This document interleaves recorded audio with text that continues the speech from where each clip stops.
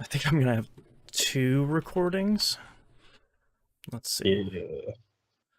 Yeah. Ew. Get away from me, Destiny Manager. Don't need to look at you right now. What date is it?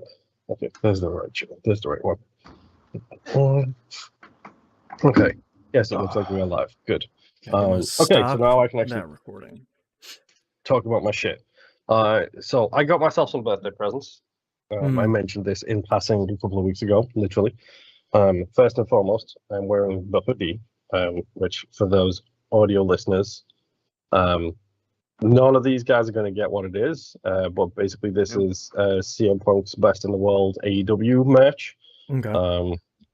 Which I've never actually owned a piece of CM Punk merch before. As much as I was a fan of his as a wrestler, I've never actually bought anything, so I figured, fuck it, I'm going to actually do it for once. And in the same note, because I'm a super nerd, got the Danhausen shirt. Yep, and this is the Best in the Worldhausen shirt, which is a play on CM Punk's t-shirt. Right.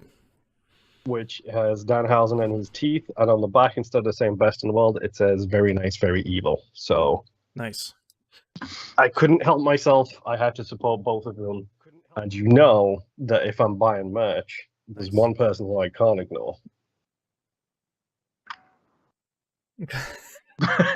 Okay, so for audio listeners, let's try to explain this joke. It's a color by numbers. It says 1 equals orange, and it's just a grayscale picture of an orange with the number 1 inside of it. Man, his stuff is real good.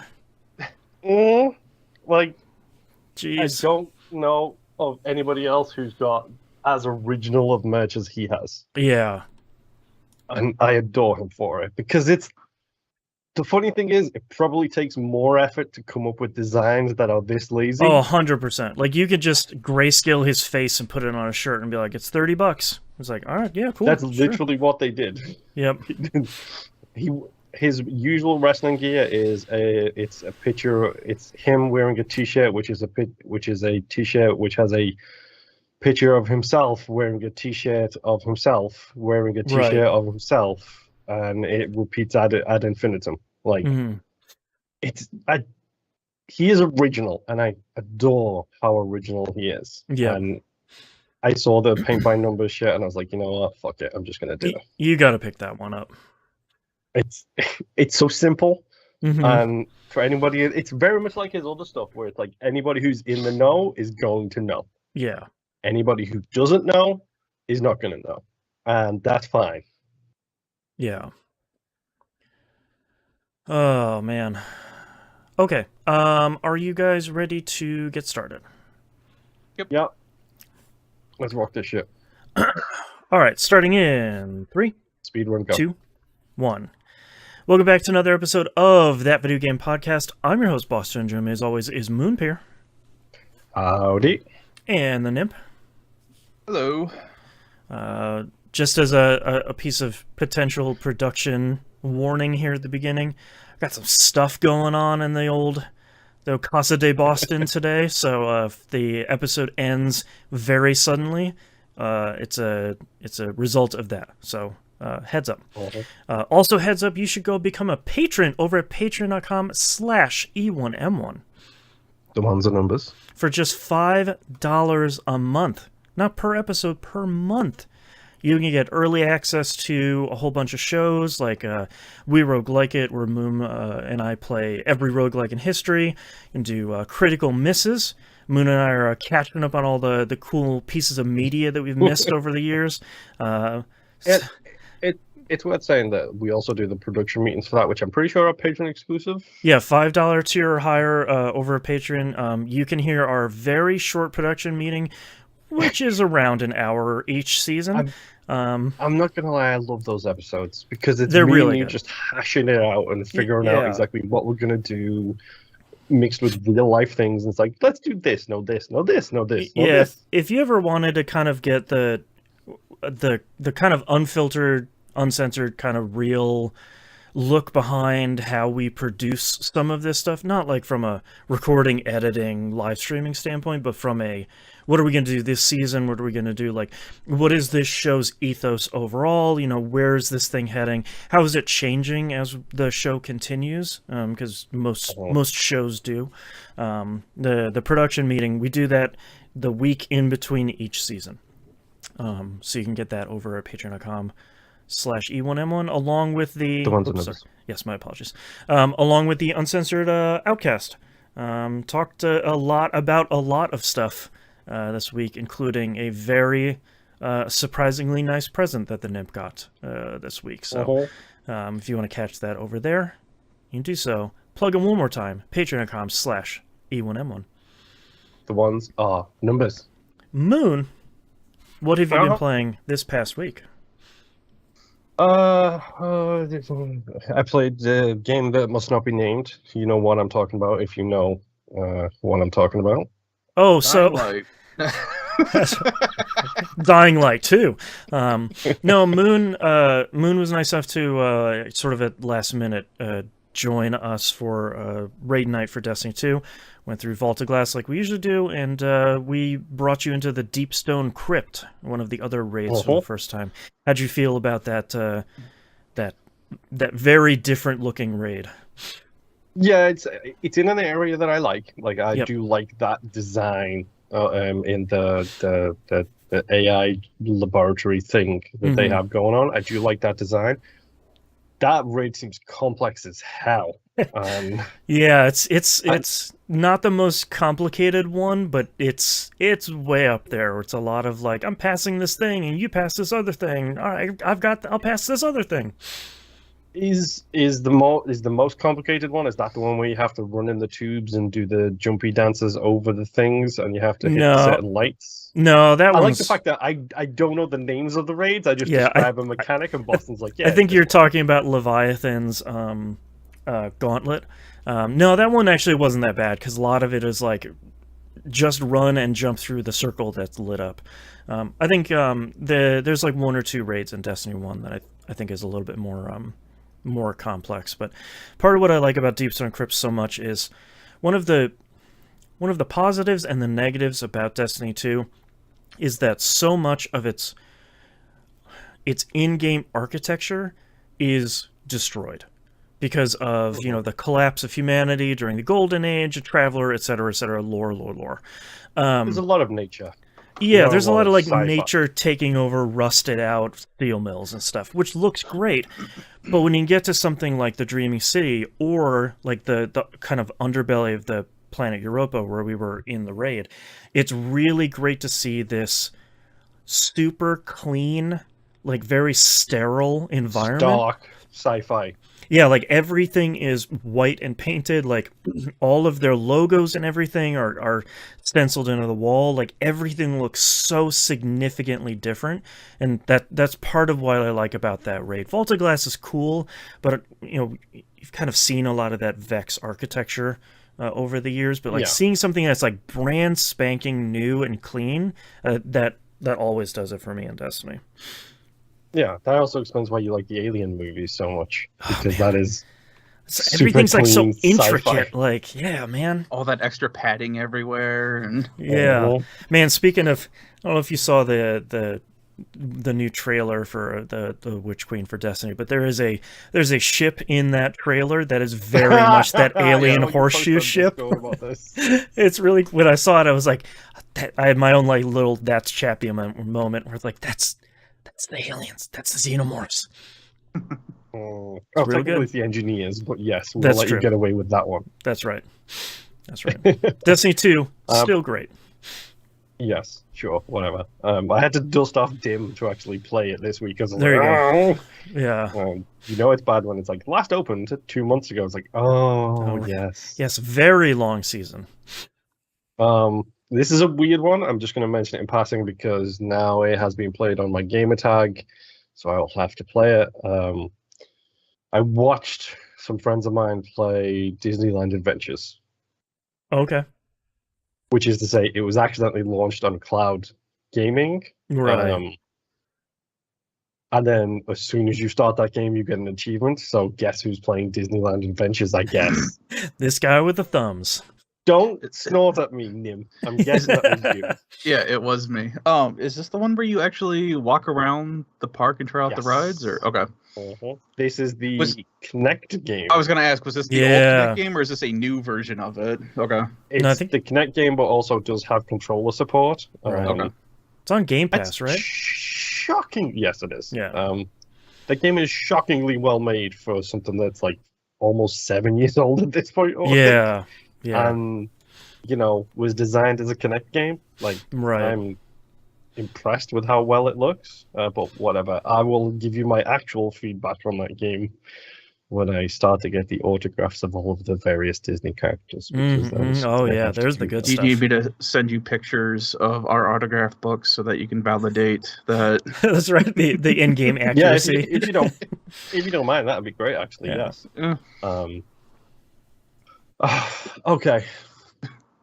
Let's talk about the Falconeer. So when I was playing this month's We Roguelike It game, which is Crown Trick, by the by, if anyone wants to play it with us, it's on Game Pass. I kept seeing like Moon is playing the Falconeer, and I was just like, oh man, he's in deep. Well, yeah, because it leaves Game Pass in 2 days, dude, and I have achievements I need to get. Otherwise, I buy the game. It's my double dog dare to myself. It's like, start this game with 10 days left before it leaves Game Pass.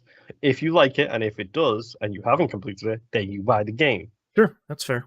Spoiler alert, I now own digital versions of all of the Yakuza games on the Xbox because they all are starting to leave Game Pass. So, yes. Yeah. Sure, why not? So I did get my 1K. I'm throwing that out there right now. Nice. I did get my 1K in the limited amount of time I got him. I feel like I've been very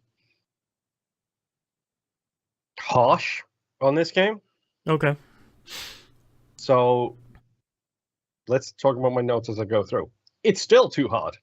Okay. And it still is not tutorialized enough to all of the mechanics in the game, like the open world nature of it, the side missions, the mutagens and potions that you can inject into your Falcon to make them faster, stronger, better, whatever that song is. Your Falcon turn into a Witcher? Well, it has a weird mask on its face, and it like has guns on its back, so maybe. Sick. There's open world time trial races. Oh, of course there are. Lego games can't be the only ones that do it. Dude, don't even get me started on like Grand Theft Auto and Just Cause. Every game that has races in it, it's an open world setting. Unless you're literally true crime, get away from me with it. Yeah, like I think the Lego Avengers game, that very first one, was probably one of the worst ones. Yeah, especially the ones where you have to be as like a fast character and they expect you to run the courses. Always a nightmare. Rough. But I learned something this week. Okay. The Falconeer is made by a dude. A single dude? A singular dude. Okay. That's pretty impressive. Yeah. It changes a lot. Yeah. My note here is context is everything. Yep. Because this is like the flight controls are fine, like the movement is fine, the camera is fine. The invert non-invert thing is still throws me for a loop when it's a third person like space thing. Like the graphics look pretty solid, the world and the lore is pretty great too. It's just those things. It's like difficulty, it's no tutorialization. It's like you can get stuck in a trap because you'll be 2 levels lower than the chapter that you are in wants you to be, which makes every mission super hard. But then the second you over level, everything is like literally a cakewalk, or in this case, a pond paddle, however you want to call it. Like, damn, what did you just call it?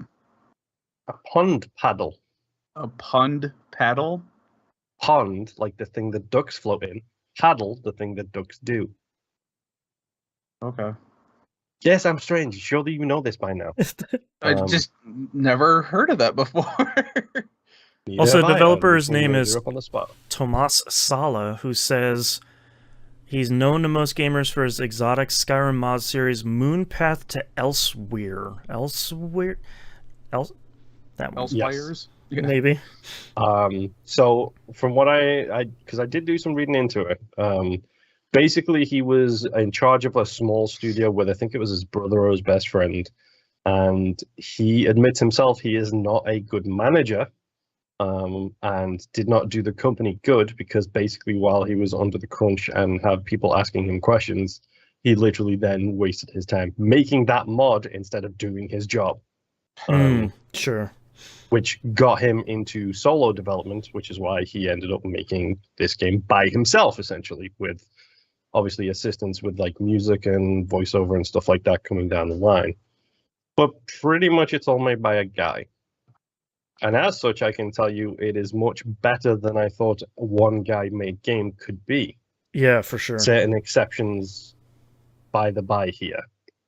Because you look at a small team who make a game like Lake, and you look at a small team who made things like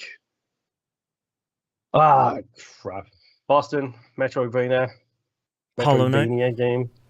No, other one. Recently, the sequel came out this year. Ori? Axiom Verge. Ori? Oh, Axiom Verge. Yeah, that's just two brothers making that one. Yeah, like you look at games like that, it's like, yes, small, tiny, in fact, teams can make fantastic things. I think this is a good middle of the road game. Like it, if you know the open world stuff going in, it's a bit easier. If you know to do side missions to get XP and level up a little bit more, it becomes so easy by the end. Like I also accidentally became a pirate by attacking a friendly unit. Didn't know that was a thing. That was no accident. Sometimes it really wasn't. Other times it definitely was. But when you become a pirate, you can go and do whatever the hell you want. And then you literally have a quest line where you go kill 3 elite enemies. And then this guy gives you a ticket that if you ever become a pirate again, or as a pirate now, you can just go and hand in this ticket and buy, and you can buy it again and again and again from the pirate things, and it'll take your piracy level away. So it's great. You become a pirate, you didn't mean to, you do this quest line, you cancel it out. And then if you become a pirate again, you can just go and land at a pirate thing and then buy the ticket again. You don't even have to do the quest line. So nice. It's a nice little sidestep away from that, but when I was with the pirates, I did get basically the gun I was using has slow fire rate, high damage, and the pirates had a dual wield version of that. Oh, interesting. So I just got that gun. And Right. then I used that gun for the rest of the game, and it was insanely easy. Because at that point I'd over leveled, I had the gear I needed, and it was fantastic. Then I flew around, did the cleanup, did the stupid races, did the unlocking of all of the things. It's fine. It's a decent enough game. Play it if you want to play it. Don't play it if you don't want to play it. Whatever. Yeah. It gets a Game Pass for me, and you've got 2 days to play it. 1 day by the time this comes out. Less than a day by the time this comes out. And my final game is Pupperazzi. All right. This game is so dumb, and I adore how dumb it is. Like, I got a flashbulb, and anytime I take a photo of the doggies with the flashbulb, it makes them dizzy, and then they spin, like do little wibbly wobbly animations with like bubbles above their heads because they're dizzy now. If, like me, you find yourself deep in the need for a relaxing game where you don't have to think too much about what you're doing, Paparazzi is definitely something I can still recommend. Speaking of crappy tutorials, though, I think one of my main criticisms against this game a couple of weeks ago was only having 9 photos in your reel before you have to basically reload the level. Right. Yeah, if you go into your photos app and then look through your photos, you can recycle them and just reuse the film. Oh, nice. Oh, okay. Which it doesn't tell you at all. Okay. There you go. Or if it does, it was so quick that I missed it. But now I'm starting to unlock like all of the different locations have like 4 time settings. So it's fog, morning, noon, night, fog, morning, evening, and nighttime. So you've got 4 times in each of the locations. So right now I'm just literally running around completing missions like take a photo in the arcade using the pixelated camera lens, which does exactly what it says on the tin, and using the artsy film, which turns it into like a pixelated hippie painting, which is a little bit trippy at times. Like the game has a film shuffle too that changes the film you use. So like you'll take one photo and it'll be like black and white, and then you'll take another photo and it will look like an alien planet, and then you'll take another one that's just normal, and it's just whatever. I don't know what's going on, and that's fine. All I'm interested in is taking photos of these cute little puppers and then getting on with the missions, kind of thing. But it's fine. It's been a very nice, useful, relaxing game to wind down from the hellscape that is modern day life. Yeah. Yes, that is all I've been playing. Nimp, take us away. Get them away from me. All right, my final game that I played this week, because I only really played one, is Edge of Eternity. Oh yeah. Live, die, repeat. Yeah. Do what? The do what now? So Edge of Eternity came out on Game Pass on the 10th of this past week. This is no. Did you beat it already? No, God no. This is a game that was made by a French studio. It's a very small team. I think there's 5 people altogether. They've got 1 programmer, 1 lead designer, and someone that they did music and story, boarding with. Right. So I picked that up this week, just playing it on the Xbox through Game Pass. It's available on Steam. It's also on PlayStation. It's a $30 game, I believe, everywhere. Okay. And it's really fun. I really enjoy playing this game to the point that I got 2 hours into the game and I hit not necessarily a game-breaking bug, but a big bug. Oh no. So once you get your second character, for me, I ran into an issue where I get into my first dungeon area and the screen froze. But the game did not freeze. Okay. So I could still move around. I could see my little icon on the mini-map moving and all that stuff. All right, this sucks. So I made it to a save point, saved, got out of the game, got back into it. Everything was working fine. Get into a fight in that same area, screen freezes again. Finish the fight with the screen frozen.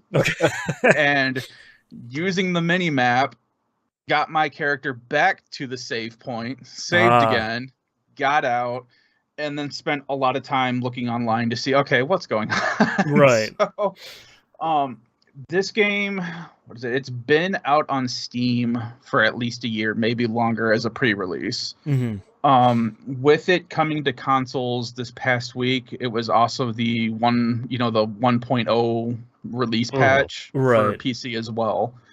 So what is happening is they released the newest patch, the newest version onto consoles, which was also supposed to be kind of console ready, and it's kind of not. Yeah. From a couple of people that I've seen online, some people are saying that it runs better on a PS5 than it does on the Series X. I haven't been able to confirm it yet. I don't really care. People are saying now it's pretty stable on PC, so if you wanted to check it out there, go for it. It's also, I believe it's also on the PC Game Pass as well. Oh, okay. So pretty much what I ended up having to do was I had to get through that dungeon without fighting anything, which the enemies are all on screen, so you can just run past them, no problem. And then I got to the boss, and I fought the boss, didn't have any issues with the screen, freezing up or anything. And 12 hours later, I still have not had any issues with the screen freezing at all. Oh, nice. So interesting. seems to be just a bug in that area for right now. Talking with a couple other people online, they had the same issue in different areas. So it seems, and not everybody gets it either. That's the other thing. So I ended up joining their Discord, the company that made this game, and just kind of put in a bug report, you know, just letting them know, hey, this is where I found the issue. This is the issue. This is where I stopped having the issue, that fun crap. Right. Yeah. From here, I have just continued to play the hell out of this game. It is the only thing that I want to play right now. Nice. It is available on Game Pass PC and console, by the way. Okay. Oh, nice. I just happened to see somebody else mention that they were on PC and Game Pass, but I wasn't sure if it was just one person and I didn't look into it. So, but anyway.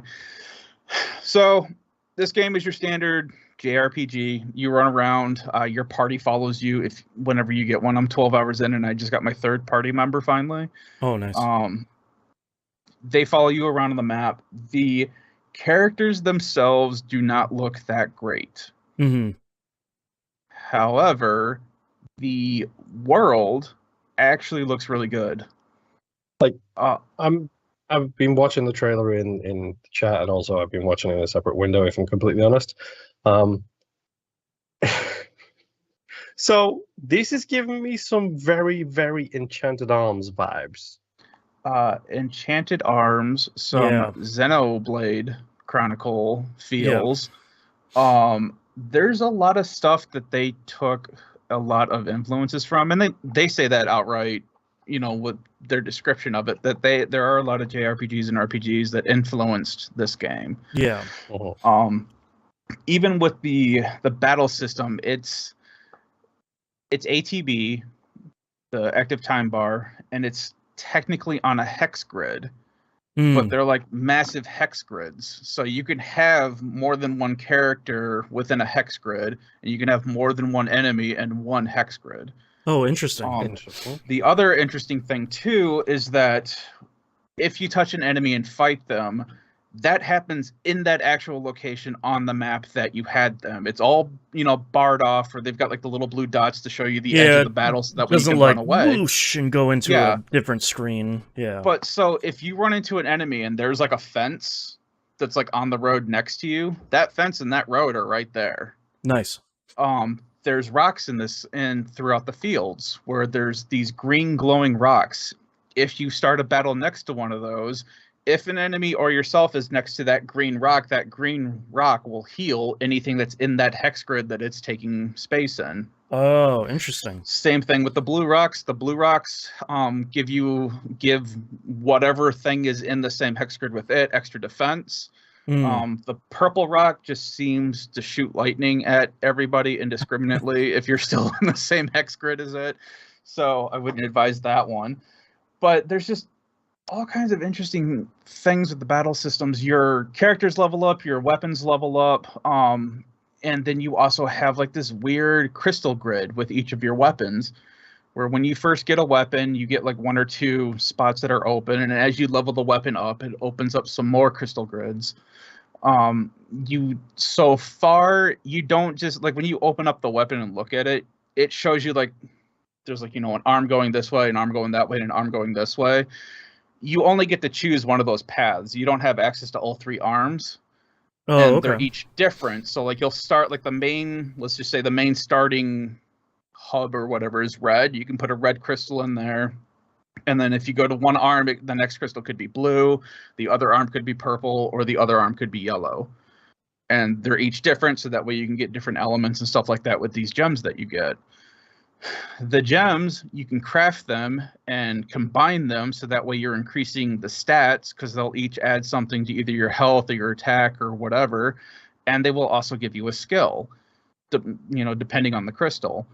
So you'll have a yellow crystal that'll give you lightning damage, but it can either be, I think it's Lightning Rift is what the sorceress uses to cast, and Lightning Strike is what a sword user would use. Oh, I see. Technically two different skills. It's not like it changes because you put one in the other one. Which is what I'm starting to figure out is if a character doesn't have a skill applicable to them, and you put that crystal in their weapon, they just get the stat increases. They don't get, a different version of that skill or whatever for them. Gotcha. I haven't done a whole lot. I've just started messing around with crafting and mixing them together, so I don't entirely know what I'm talking about with that. Right. Just enough to be a danger to myself and everyone around me. So, Yep. But now I am in an area. I just received my third character. I'm in I think it's like third or fourth big open area, and I'm not kidding when I say like Xenoblade kind of like. It reminds me the most of those, yeah. Yeah, big open areas. You don't have massive enemies in these areas. Like there are a couple bigger than normal enemies that you can see roaming around, but it's not like the giant ape or the T-Rex or whatever that you saw. It's nothing that size so far. Everything is done by level, so obviously if something's 4 levels ahead of you, it's going to be a tough fight. They also have in this battle system a weakness, resistant, normal, resistant, weak, that kind of system, kind of like SMT, but it's just not like the push-pull setup. Right. It's just you do extra damage. And yeah, I am just having a hell of a time with this game. It is awesome. I just really like it. Even as broken as it is, and with as many issues as I've had with this game, I'm just really enjoying this game. I'm glad Moon brought up Enchanted Arms, because it very much reminds me of that from the outside, where it's like, this is a really good RPG with like some really cool ideas. It looks a little rough. The style might be kind of a little bit off for people, so like it's definitely not the thing where it's like, I've never played an RPG before, what should I play? And it's like, well, I'm not gonna recommend this, but if you like RPGs, this is kind of a cool, like, we love B-tier games on this show. It reminds me very much of that, where it's like, it's certainly not your AAA sort of thing, but it's got some cool stuff going on. This definitely gets an early seat to the Alpha Protocol Award. Yes, yes. That's the best way of saying it, yeah. But there's other like fun, like there's random puzzles that you'll find throughout the world where they're just like moving puzzles where like the very first one that you come across, you have to activate a bridge. And what it does is the camera will move up above your characters, the hex grid will pop up, and then you move your characters to like certain switches and stuff that activates the bridge, and then you have to hurry up and get them to another location. It's nothing difficult, but at the point I'm at now, I'm stuck on one where when you touch one of the areas that you've walked through, it opens up like an energy vein or something in that platform, so you can't have your character walk back there because it's a one-shot kill. So then you lose that character, and then you're left with one other character, and you're trying to hit the switches in such a way to deactivate the doors a certain way so you can get to the chest. And I'm having an issue with this one. The other ones have not been hard, and it's definitely one of those things where it's like, man, these puzzles aren't that difficult. And now I've hit the one where I'm like, I don't know what I'm doing with this. It's like, well, I'll take that back. But yeah, now I own a farm for these Neko cats that they're like these giant cats that you use as your mounts. They got 2 tails and they love to hunt. And I own a farm for them now, and now I have a free Neko cat that I can just summon at any point in time. So it's just been a really fun game, and I'm really enjoying it. I'm looking forward to getting more characters, because apparently when you get, I think you can have 4 of them at a time. But apparently when you have 4 of them, that's when the battle system seems to really open up. With the different skills and stuff that you can set up. So I am really looking forward to that. And I'm just grabbing every quest on a hunt board and just hunting things down and returning them. Yeah. So it's your standard JRPG affair. I gotta start it up. It looks cool, especially now that you're really clicking with it. Yeah, and like I said too, it's not the most beautiful looking thing. You may have different problems. They are aware of a lot of the console problems, and the developers are active in their Discord, and they are aware of the issues and trying to get fixes through, and they're actively communicating with everybody. That's great. So it sounds like they want this to get off the ground. They're willing to support it, and I'm willing to support them. So yeah, Edge of Eternity. If you're interested, check it out. Maybe if you want to hang on, it is just a $30 game, so maybe just hang on a little bit for another patch or 2 to come through. But I mean, if you've got Game Pass, download it and check it out. Yeah. So, yep. Yeah, that's all I've been messing with this week. Most of my week was taken up by playing Crown Trick for We Roguelike It. I dove deeper into that than expected. I did check out a little bit of Lost Ark, the now incredibly hit MMO. It's been a hit in I think it was in Korea and Russia for like the last 2 years. It was already a huge hit. If anyone hasn't heard of it, it's a free-to-play Diablo-like MMO. It is a Korean MMO, so it will sort of have the stereotypical Korean MMO trappings of you jump into the game, they give you literally everything at the beginning, like all your skills and everything, including like what seems like 4,000 different types of currency. And they're just like dumping pets and all this sort of stuff on you very, very, very quickly. It has probably one of the funniest intros that I've seen in a really long time.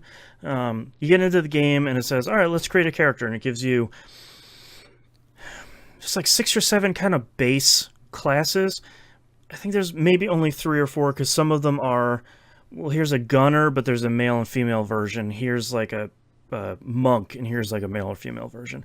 Someone with the gunner, I think. It's a lady that has like bow and arrow and guns and stuff, and I was like, all right, I like that. I'm gonna check this out. It starts off with an incredibly confusing animated cutscene at the beginning, which seems to set up that character's story. Maybe I'm not entirely sure. Because next thing you know, once that cutscene is over, you seem to be in heaven for like the movement tutorial. So there's an angel being like, you're guided by light's warm rays. And I'm like, sure. And they're like, cool, left click to move. And I was like, okay. I know how to, I'm picking it up already. I'm a natural study.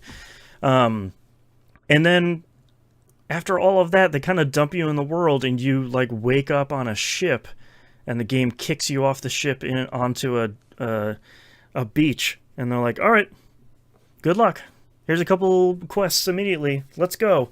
And that's when I made the grave error of checking my inventory and saw it's already like chock full of a lot of different things across all sorts of like the rarity spectrum, where it's like, this one's white, this one's blue, this one's orange. Here's a cat with a crown. He's your friend now. And I was like, oh boy, okay, that's sure, great. This is a whole lot. A bunch of people in our Discord server have been playing. I've been really enjoying it. So I'm sure that I'm going to enjoy it. I just need to be able to sit down at my computer at some point and put more than like 30 minutes into the game. But, that's not usually in the cards normally. But otherwise, not a great week this week for a lot of stuff, including playing games. That's all I played this week. Let's take a break. Go.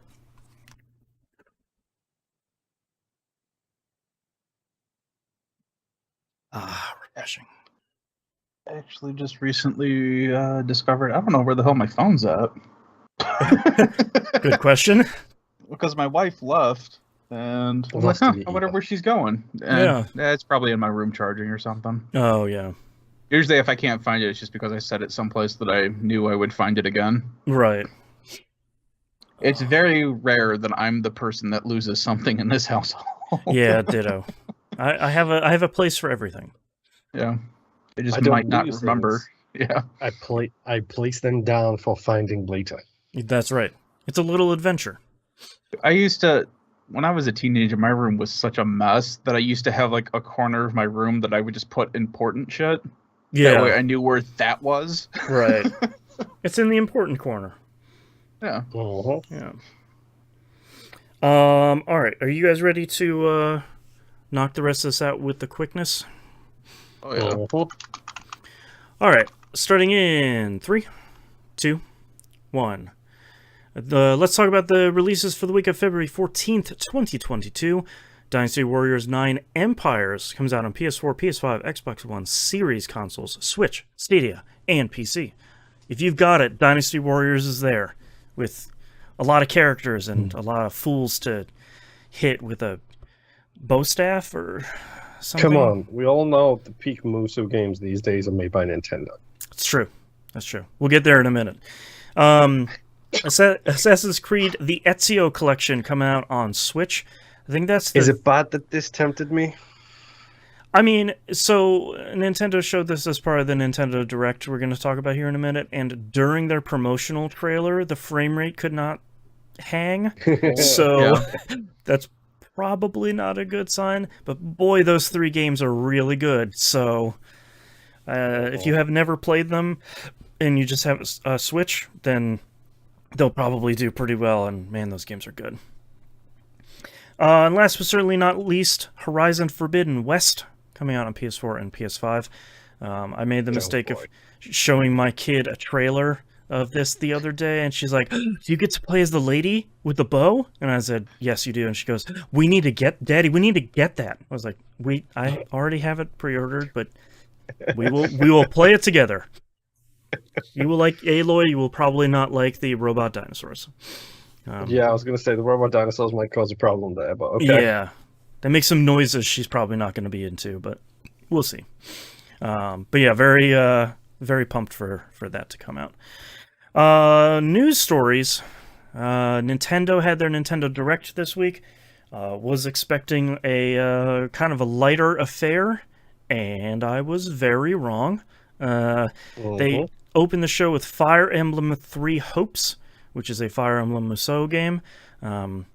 Looks fine. I think they've kind of nailed the formula of Nintendo Musou games, so if you liked the Zelda one, you'll probably like this one, or if you liked Fire Emblem, the 3 Houses, I think you'll probably dig this one too.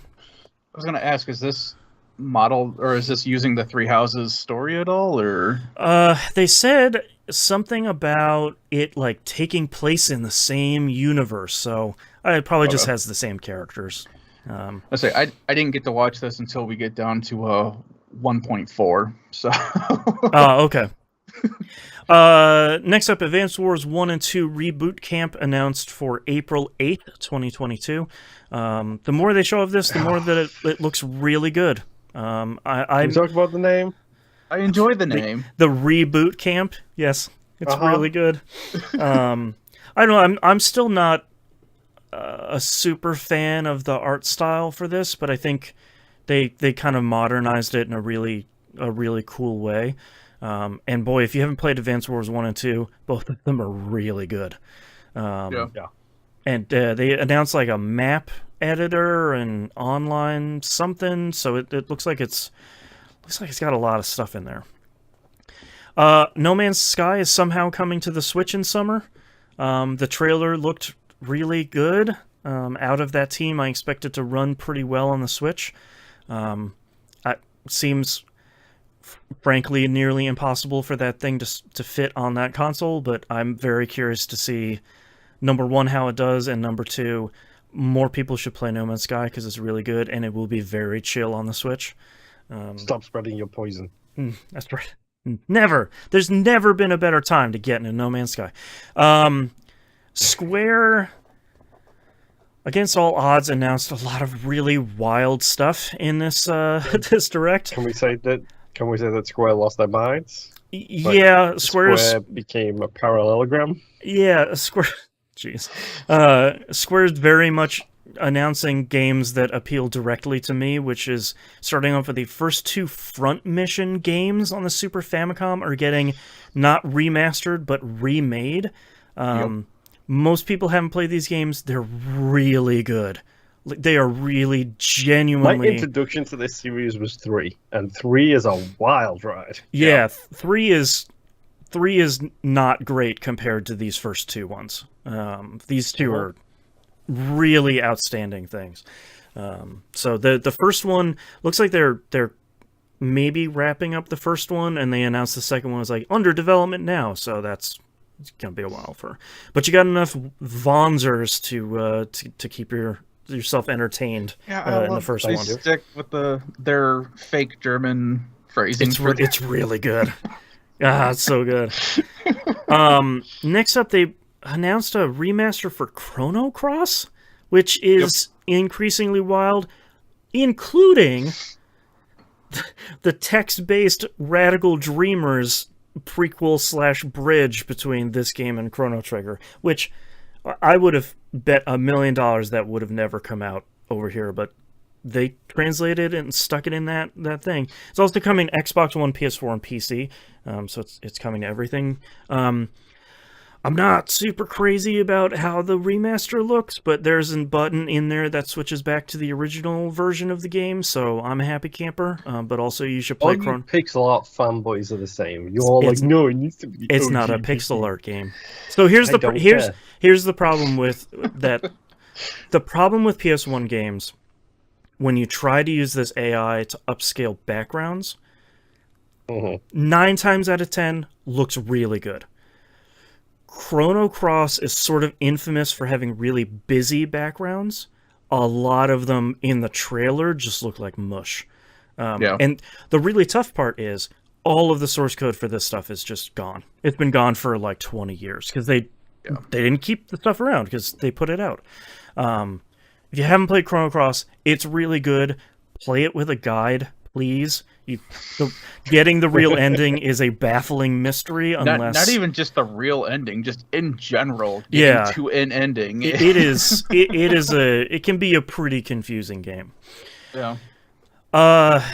Next up, the Nintendo showed a trailer for Kirby and the Forgotten Land, which still looks really good. I'm trying to figure out the best way for me to say what this new mode is without sounding like an absolute creep. They announced... I did. No, you need to get into your jacuzzi before you say this mode. That's right. They announced Mouthful mode, which Kirby is just molding himself onto bigger things than he would normally be able to ingest, like a car, a scissor lift, a vending machine. The vending machine where he's spitting out pop cans is really good. A light. Like a light bulb. This is inspiration from Mario, surely. This is Mario Odyssey in Kirby. Yeah, it seems very much like that was kind of a fun system. We could do that too. Here's a traffic cone. Instead of putting a hat on the thing, they turn into a giant pink amorphous blob. Yep, you put Kirby on it. This game still looks really good. I don't know when I'll pick it up and play it, but it's one of those from the outside where you're like, cool, you kind of modernized Kirby in a fun way that seems like it's kind of keeping what made the Kirby games really great, and then kind of going nuts with it. So and it's technically a town builder as well, dude. Yeah, that's true, because the more of the whatevers you save, the more of the town gets unlocked. Yeah, it looks cool. Kirby and the Forgotten Land. I think if that runs well on the Switch, I think that could be kind of a cool thing. They announced a Klonoa collection, also against all odds. That's the first 2 games. Both of those games are really good if you've never played those. I'm hoping that's a fair price for that, because that would be also something to pick up. Weird, and if you want weird advertisements, go check out the advertisements for most of these games that came out back in the day. Especially these PS1 games where it's like, how do we advertise this? I don't know. This? Nope. I think Klonoa was the better than a girlfriend advertisements, which tickled me to no end. It's really good. Valve also announced a Portal collection, so it's Portal 1 and 2, including all the co-op stuff in Portal 2. Also, if you haven't played the 2 Portal games, they're both really good. Especially Portal 2 is genuinely great. Okay, this next one is extra wild. Square announced a HD 2D complete remake of Live a Live, which virtually nobody else has played, and I adore this game. Can we talk about my Twitter feed? There's everybody's screaming, "Live a Live!" Yeah, nobody's talked about this game on my Twitter feed ever. No, I played it. Years that I have been on Twitter. I played it 25 years ago and loved it. And then all of a sudden it's just Live a Live. Yeah, it's very much like the RPG Moon that came out recently here in the West after 20-something years. It's a really foundational JRPG work. Live a Live has 7 different characters that you can pick to play in whatever order, and they have their own storyline in their own time frame. So there's like a near future, a Wild West one, a modern day one, and they all kind of intersect in interesting ways. And then there's an 8th playthrough at the end, not playthrough, but like an 8th chapter at the end that kind of ties the entire thing up. I heard someone describe this as that Switch-based RPG that came out a couple of years ago, where you play as different. Thank you. I had someone describe this as, hey, what if Octopath Traveler, except it did the stuff you wish that it would have done in that game. And each character's playthrough is only like maybe 2 or 3 hours. Like it's not like, all right, 20 hours here for this guy and 15 for this guy. Like they are kind of these little vignettes of each character. It's a really cool game. It has a really cool battle system that changes for each and every time period. It's really great, and I think it's probably the best that the HD 2D stuff has looked so far, which is pretty impressive looking at something like Triangle Strategy, which is HD 2D as well. And the Square store in Japan already has the pre-order up for the collector's edition, which is $190 US, but comes with the Live a Live board game as well as a backpack. Yeah, it looks like Best Buy here in the States has the physical edition for this. If you want to pick up a cartridge for it. Nintendo announced Nintendo Switch Sports. This is their Wii Sports sequel for the Switch. Okay. Yeah.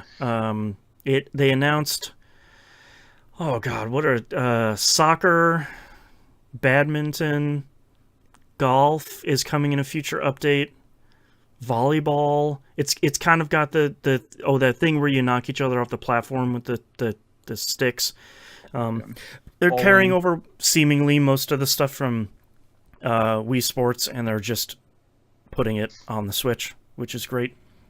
They also multiplayer bowling elimination thing looks pretty cool. Yeah, that what was it, 16 player, something like that? Something like that, yeah. Yeah. All I know is there were a ton of lanes that they showed being used at once. Yeah, it looked really neat. They were also really pushing the leg strap for in the physical edition, where it's like you can play soccer with the thing in there and you can play it. So you can do that if that floats your fancy, people pull out their legs and stuff. And exactly. Yeah, VR didn't do you in. Switch Sports will. So nice to see that they're kind of moving this over to the Switch finally. You know, once they hit that 100 million console mark, they're gonna scooch this right over.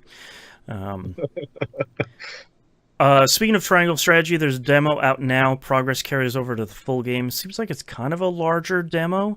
So if you wanted to try that out, or if you've never played an SRPG before and you wanted to give a seemingly a good one a shot, then try that out. Triangle Strategy looks cool. They keep announcing characters for that game, and I think it's up to like 55 characters or something. There's a ton of them. Yeah. Which is like, guys, are these all playable, or like what are you doing? Or what is this, Tactics Ogre? Like, come on, man. Earthbound and Earthbound 0, Beginnings, are both on the Switch today. Sort of the Super NES and NES, respectively. If you've never played Earthbound before, don't play Earthbound 0. It's not good. Just go play Earthbound. If you really love that and you kind of want to take a step back, then you can play Beginnings on the NES. Also, stop asking for Mother 3. It's not going to happen. Just emulate it. Cough, cough, cough. Mario Kart 8, the Booster Course Pack was announced, which I personally... I have been calling this Mario Kart Smash because this feels like exactly what they have done to this game. Yeah, I think this is stealthily the most important announcement from this direct in reason I'll get to here in a minute. But they announced a Booster Course Pack which has 48 returning courses from across the series. Looks like they're releasing them in packs of 8, so it'll be 6 packs. It's a lot of like, this one from Super NES and this one from the Game Boy Advance one, and here's the GameCube one, and these are all Coconut Mall, that one's in there for sure. I had people blowing up about Coconut Mall being back, and I was like, Yeah. okay. Coconut Yeah, that Mall's was kind of pretty my cool. thing. Yeah, I like Coconut Mall. I think the most interesting thing here is that I think with them not announcing Mario Kart 9, I think the tail on the Switch just got way longer. Because I think if they're putting 48 new courses into... obviously, like we talked about, I think it was last week, Mario Kart 8 has a nearly 50% attach rate on the console, which is obscenely high. You're lucky if you get like 10%. So obviously they're going to try and continue kind of monetizing of that. I don't know how much the pass actually costs now that I think it was $30, but Right. it's also tied with the whatever they're calling the ultimate the online Switch thing as well. Online expansion? Yeah, they get you the Genesis and N64 games as well. Right, and the It's also tied Animal with Crossing that. DLC. Yep. Okay, so all right, well that's a little bit of a better deal now that you've got like the Genesis and N64 stuff and the Animal Crossing and the Mario Kart and whatnot. But I think with them not announcing Mario Kart 9, I think they're definitely saving that for the next console. And I think you just saw the Switch live like 2 or 3 years longer, which I think is pretty interesting. Well, I mean, really, Nintendo doesn't have to release another Switch because it's still selling like hotcakes. Yeah, I mean, like every console is right now. Any console that anyone can get a hold of is selling rapidly. Yep. Especially with Switch Sports coming out, like I foresee a resurgence in sales happening. And of course, last but not least, the European voice actors are back, which means it's time for a new Xenoblade Chronicles. Xenoblade Chronicles 3, featuring about 40 different flutes, was announced. I have not played Xenoblade Chronicles 1 or 2, but apparently this bridges the story between the two of them, which it has me just having a lot of question marks, but that's cool. I should play Xenoblade Chronicles 2 at some point because I know that's good. As long as they don't have the stupid RNG in this one, because I still don't have Cosmos. That's like the first thing I said when I saw the announcement. Yeah, this is the weirdest thing to put in your game, man. Like, yeah. Thank you, Favor in chat. I did forget Mario Strikers. They did announce a new Mario soccer game, which does look pretty cool. Those games have always been pretty cool, but it's nice to see them announce another one. But yeah, Xenoblade Chronicles 3, not a lot of details there. You don't need it because you already know if you're in or not. If you're not, you're asking the what's the Chronicles 3? There's 3 of these things. And if you are in, no, technically this is the 7th one. It's, not including X, which is technically the 10th game. That's right. Yeah. Let's bring down the whiteboard here. Yeah, let's talk about JRPGs for a minute. Limonado! I think the only reason I know these games isn't because the first one came out on the Switch, or not the Switch, on the Wii, and was impressively great for what it was. Yes, that game was really great. I imported that from somewhere in Europe. I remember. I had to get mine from the Middle East. Yeah. Yeah, got some cool red controller with it. Yes, it is of that series. It is also of the Xenosaga series and the Xenogears series. Yeah. It's all the no, it's not a Xenogears game. Wink. It has nothing to do with Xenosaga. Wink. So. Oh no, we don't have the robot Cosmos. It's Cosmos. Right. The robot Costco? Yeah, yes. There you go. Yes, the robot Costco. Really good deals. All right. That's all I got for this week. I gotta cut this thing short. You can visit us at tvgp.tv.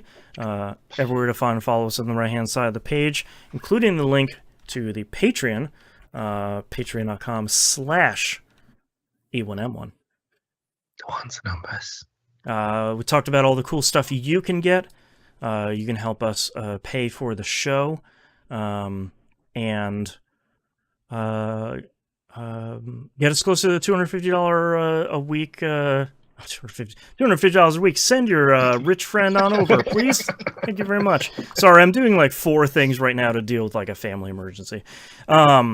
help us help me play some scary stuff. Yes.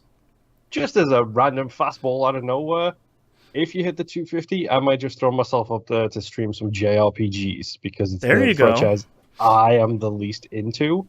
So Yeah, we'll do like an exchange. We'll program. talk about this. Yeah. Yeah. I'll say at 250, I'll play a roguelike. Yes. Oh, see, Everyone's look gonna at play this. things that they hate. Let's go for it. That's right. Love it. Patreon.com/E1M1. Go on to numbers. Thank you very much, everyone, for listening. We'll see you all next week. Bye. Bye. Bye.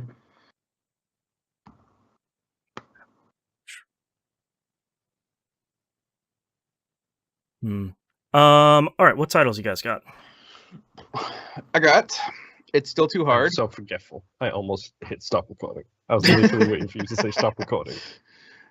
Pond Paddle. Featuring 40 different flutes. And the robot Costco. That one's really good. All right, Moon, what do you have? Complex as Hell, Pond Paddle, Pixelated Hippie Painting, Enchanted Arms Vibes, Peak Muso, Mario Kart Smash, and Vaanzers, spelled Vaanzers. Just because you really enunciated that start. Vaanzers. Yeah.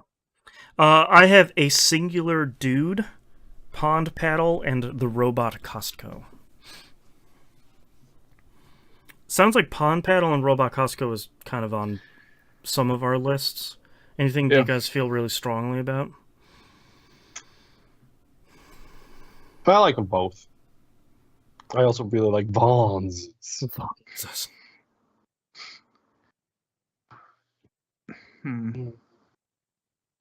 I can go with Pond Paddle. Yeah, Yeah, I think sure, why that's the one I'm leaning a little bit more towards. All right, let me know when you guys are ready. Good luck.